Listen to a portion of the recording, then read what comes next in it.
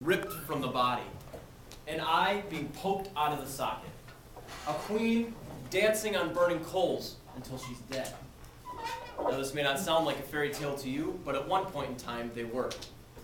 Today I'm going to read you an ending of one of the original versions of Cinderella, written by Jacob and Wilhelm Grimm in 1857, to show you that the fairy tales you think of today were not always so glamorous with a happily ever after ending. She cut off a piece of her heel, forced her foot into the shoe, swallowed the pain, and went out to the prince. He then took her as his bride and rode away with her. As they passed the hazel tree, the two white pigeons called out, "Rook-de-goo, rook-de-goo, there's blood in the shoe. The shoe is too tight, the bride is not right." The prince then looked down and saw the blood pooling from her shoe.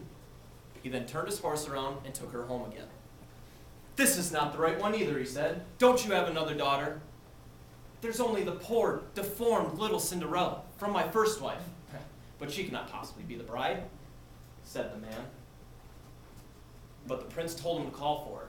But the mother answered, "Oh no, she is much too dirty. She cannot be seen." The prince insisted, and they had to call Cinderella. She sat down on the wooden stool, pulled her foot out of the heavy wooden shoe, slipped her foot into the slipper, and it had fit her perfectly. The prince cried out, "She is my true bride." He then took her on his horse and rode away with her.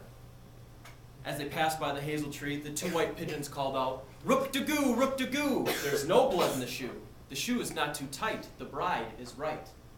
After they had called this out, they flew down and lit on Cinderella's shoulders, one on the right and the other on the left, and remained there. Now when the wedding with the prince was to be held, the two false sisters came, trying to gain favor with Cinderella and share in her good fortune. As the bridal couple was entering the church, the older sister stood on the right and the younger on the left. And the two pigeons pecked out an eye from each of them. Now afterwards, when the ceremony was over, the older sister came out on the right, or on the left, and the younger on the right, and the two pigeons pecked out the other eye from each of them. And thus, for their wickedness and falsehoods, they were cursed with blindness for as long as they lived. Now there are two things I want you to take away from this story today. One is to never think that the story you hear is the original version. And two is to never, ever stand by anybody with two white pigeons on their shoulders.